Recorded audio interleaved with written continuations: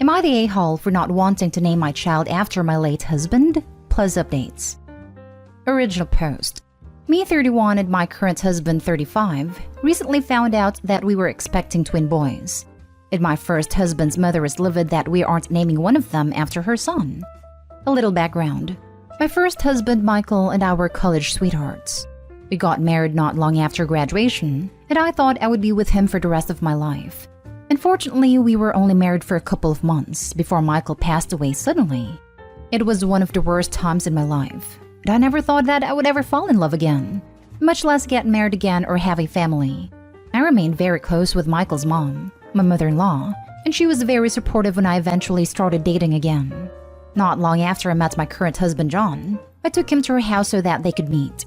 She was so excited to meet him, and I remember going to the bathroom and crying tears of relief that she wasn't angry at me for moving on. When John and I got married, she was so happy for me, and on my wedding day, she took me aside and told me that she knew Michael was happy for me too. It meant so much to me to hear her say that. Earlier this year, John and I found out that we were pregnant. At first, mother-in-law was ecstatic, making jokes about being a bonus grandma and asking to help plan the gender reveal party and baby shower. But then when the subject of names came up, she was shocked that we weren't planning to name the baby after Michael.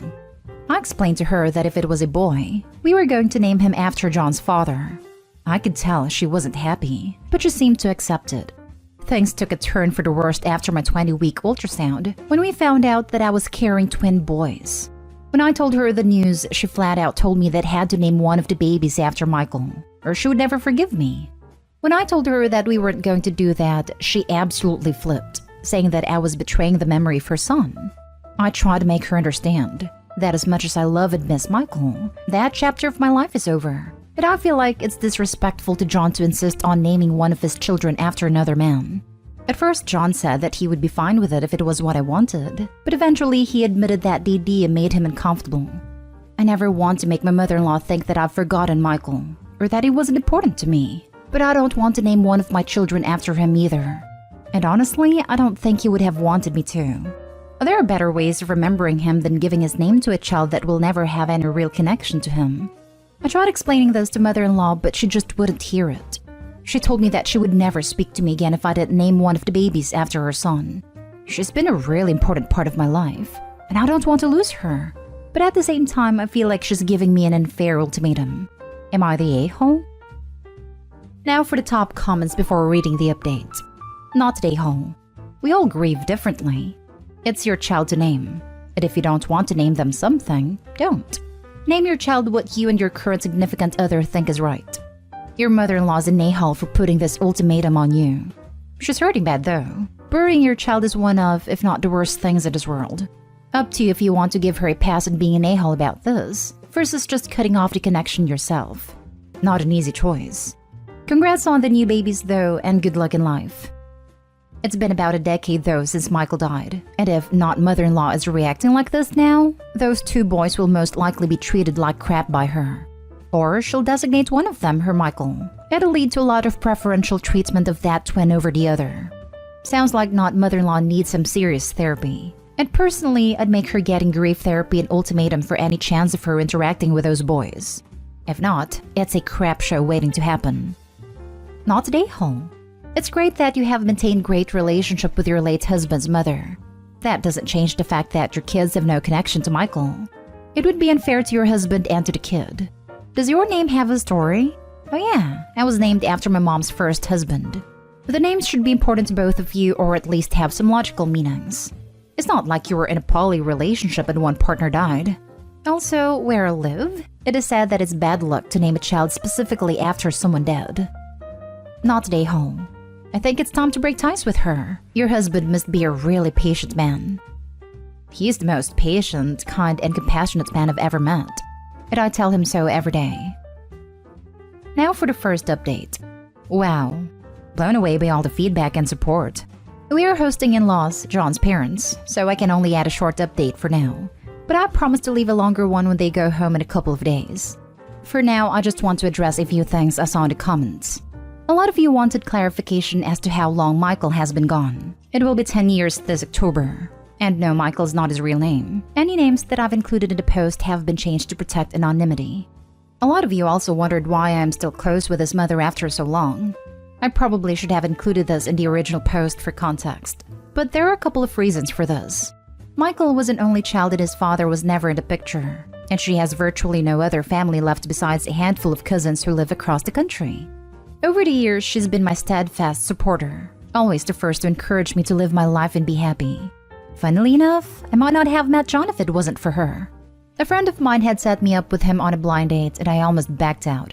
The only reason I didn't was because my ex-mother-in-law convinced me to go. Honestly, she is the last person I ever would have expected this from, which is why I've found it so hard to deal with. A lot of you have said this is probably her being forced to finally deal with a lot of unprocessed grief, and I think that's probably true. I think at some point I stopped thinking of her as my mother-in-law and started thinking of her as a friend. I thought that she'd come to think of me the same way, but now I'm realizing that at least a part of her still sees me as Michael's wife. I'm hopeful that we will find a way to work it out, but I am prepared to let her go if it comes to that, even though it would make me terribly sad. To those of you who said I should start putting up some boundaries with her, you're probably right. I honestly thought all of the bonus grandma jokes were harmless at first, but now I have started to think otherwise. I don't want to make any rash decisions yet until we've both had a chance to calm down. But as things stand now, she has a lot of work to do in a way for regaining my trust. As to where I stand on the name issue, I am not going to name either of my children after Michael. For those of you who were worried I might cave on the issue, don't be. It was never an option. I briefly considered doing something with a middle name, but ultimately decided against it. I don't want to burden either of my children by naming them after a man they will never have any connection to. As to how we honor Michael's memory, every year John and I go visit his grave on his birthday. It was actually John who started the tradition. The year we got engaged, and we haven't missed a year since. Maybe someday when they're old enough, we'll take the boys. I don't know how exactly, but I'm sure I'll find a way to explain to them who Michael was and what he meant to me. For those of you who ask if this was having a negative impact on my marriage, the answer is no. John has been my rock through the entire pregnancy, and his only concern during this ordeal has been my emotional well-being. I know beyond a shadow of a doubt that if I wanted to name one of these babies after Michael, that he would let me and never say a word about it, no matter how much it hurt him. Which makes me even more determined not to cave on the issue, because I refuse to repay his selflessness with selfishness. As to where things stand with ex-mother-in-law and I, my sister-in-law, brother's wife, is good friends with her. They teach together at the same school, so right now she's acting as a sort of go-between. She says that she thinks ex-mother-in-law is having a long overdue emotional breakdown. We both agree that she has avoided fully processing her grief, and now it's all coming to a boiling point. She's pushing hard to get her to see a therapist, and I'm hopeful that we can salvage at least some of our relationship. But if not, I'll find a way to live with it. And finally, to the handful of commenters who insinuated that I am still in love with Michael, and that I'm not being fair to John, let me just say that until you've been in my shoes, you won't understand. Michael and I were very young when we got married. I loved him very much, and he will always have a place in my heart. But John is absolutely the love of my life. It took me years of therapy, but I don't feel guilty about it anymore. Thank you all so much for commenting and leaving your thoughts. It's helped me so much to process things and sort out my emotions. Planning to see my ex-mother-in-law later this week after current in-laws leave, and I will be back with an update as soon as possible. Now for the second update 7 weeks later. I meant to do this sooner, but it has been a wild month. As it turns out, carrying two human beings inside of you takes a bit of a toll, and lately I've been feeling it. As of yesterday, I'm at 32 weeks, which means we're officially out of the danger zone if the boys decide to come early, but hopefully they'll stay where they are for a little while longer. John and I were advised by a friend that we should give them names that mean something to us as a couple. So we decided to name them for our favorite Tom Hanks characters, as it was our mutual love for the actor that we first bonded over. Hint, neither of them will be named Forrest. One of them will be named after a character starred alongside Meg Ryan. Since I made this post, it has come to light that ex-mother-in-law has a serious problem with alcohol. I never realized this before, because apparently she was very good at hiding it. Also, I've been told that while she has been nothing but supportive and kind to my face, she has made some very unkind comments about me and John behind our backs. She's even told some people that I cheated on Michael, her son, with John, even though I didn't even meet him until several years after Michael died. We went no contact 2 weeks ago, and it makes me very sad, because Michael adored his mother, and it would break his heart to see her like this. Because as awful as she's been to me lately, I know it's just because she's in pain. Still, I know he would understand why I've decided to cut her out of my life. I truly hope that one day she'll heal and we can find a way to be friends again. Now for the next story. Am I the a-hole for telling my fiancé he doesn't get to name both of our babies? I'm pregnant with twins and my fiancé and I just found out we're having a boy and a girl. We started talking about names the other day. He told me that he really wanted to name the baby boy after himself, first and middle. I wasn't on board at first, but after thinking about it, I agreed. I told him that for the baby girl, I wanted her first name to be my sister's since we were very close, and the middle to be my dad's since he passed when I was young. My dad's name isn't really unisex, but is becoming a common girl's name.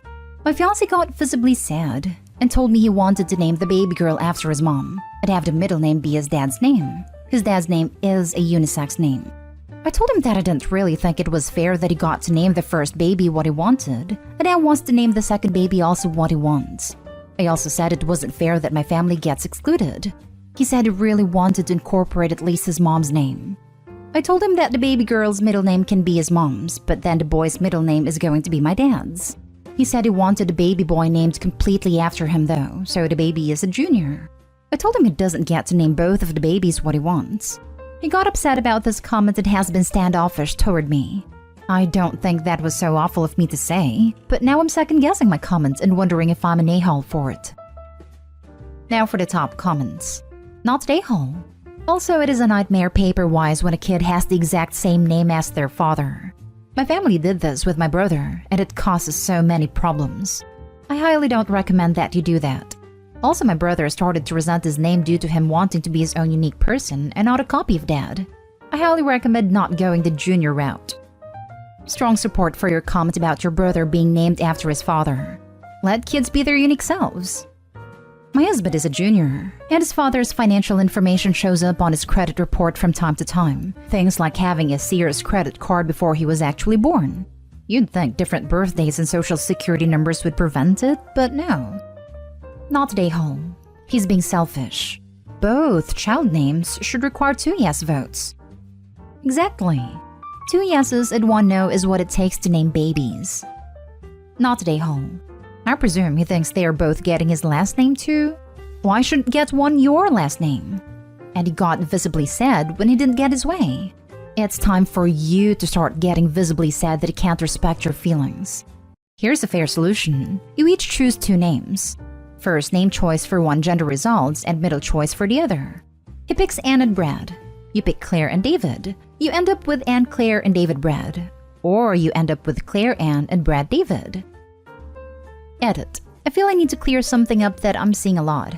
Quite a lot of people keep telling me to give the kids original names and not name them after someone else. In my family, it's very normal to recycle names and name new babies after family members.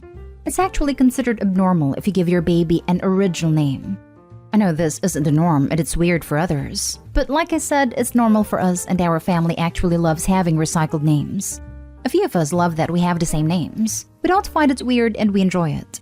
Every family is different and our families enjoy sharing names. It's fine if you don't agree, but that's just how our family is. Now for the last story. Am I the a-hole for demanding that my mother display photos of my wife in her house? I got married 2 years ago to the love of my life. I feel like my mom doesn't really like her, but the relationship is mostly okay. Honestly, I have a feeling that since I got married, I've been left out of a lot of stuff. But the only one I can prove is my mom's birthday trip. To be clear, no one is straight up rude, but it is clear my mom and wife don't vibe, and the rest of my family seems meh about her, which does make me sad. My mom has a wall with a lot of pictures on it. There are plenty of pictures of my sister's partner and there are pictures of extended family, but not a single one of my wife. My mom has pictures of her, because some of these were taken at events we were at, but she just chooses the ones without my wife.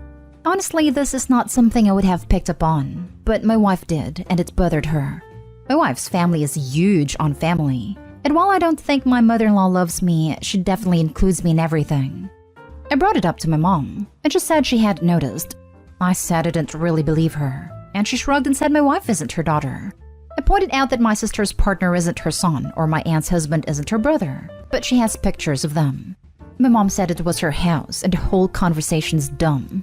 I said she can't exclude the love of my life, And my mom said this is a really pathetic thing to care about and we are being weird. My wife was upset and feels like it was a clear statement. So I told my mom she could either put up some pictures of my wife or we wouldn't be coming over. My mom said, okay, don't come over. That was probably 4 to 5 months ago. I checked up about Christmas and asked if she had put up even one picture. My mom said no, she wasn't going to, we can't make her, and just don't come to Christmas and see if she cares.